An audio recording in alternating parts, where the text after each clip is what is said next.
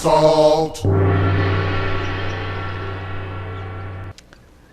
Another week and another medical study comes out telling us how bad, how ill-conceived the government's proposed salt reduction plans are.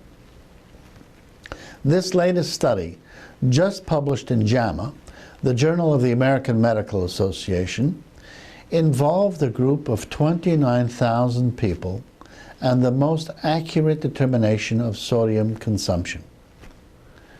The bottom line was that there was a J-shaped relationship between sodium consumption and all of the cardiovascular events, as you can see from the curve.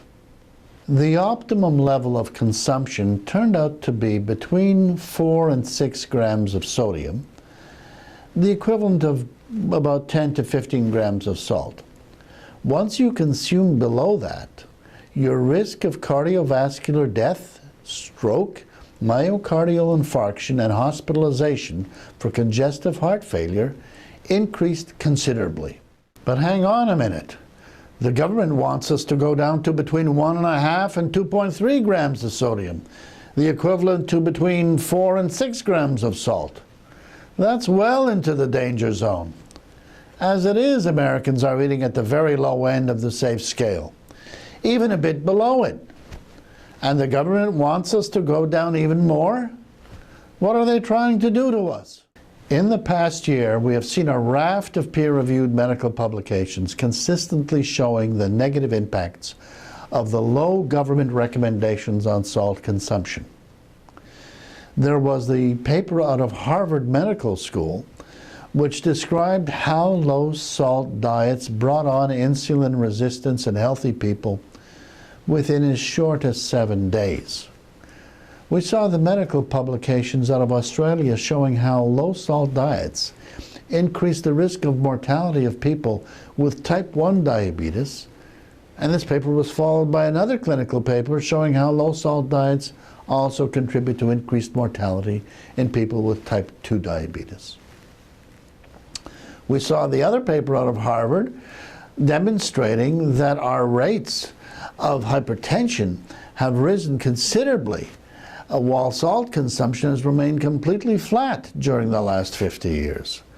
That totally destroyed the myth of any possible relationship between the two.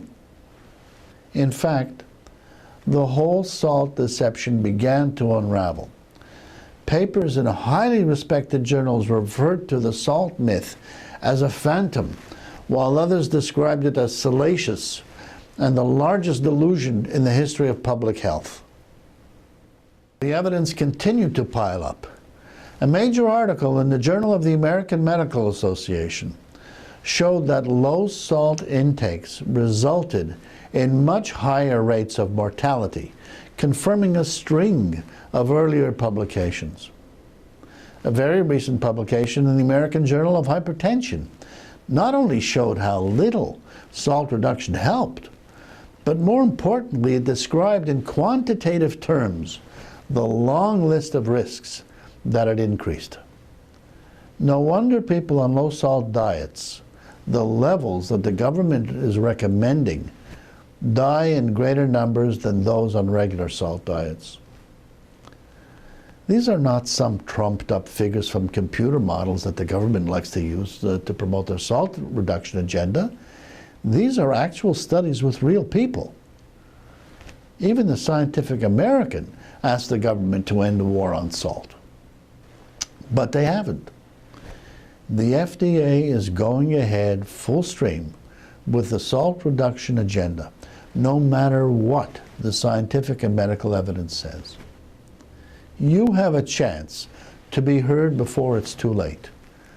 Go to our website at saltinstitute.org and follow the homepage instructions explaining how you can post a brief online comment telling the FDA to back off of salt. This will take you less than 5 minutes, but it absolutely has to be done before November 29th, which is the deadline. Don't miss this chance to do yourself, your family, and your neighbors a great big healthy favor. Salt.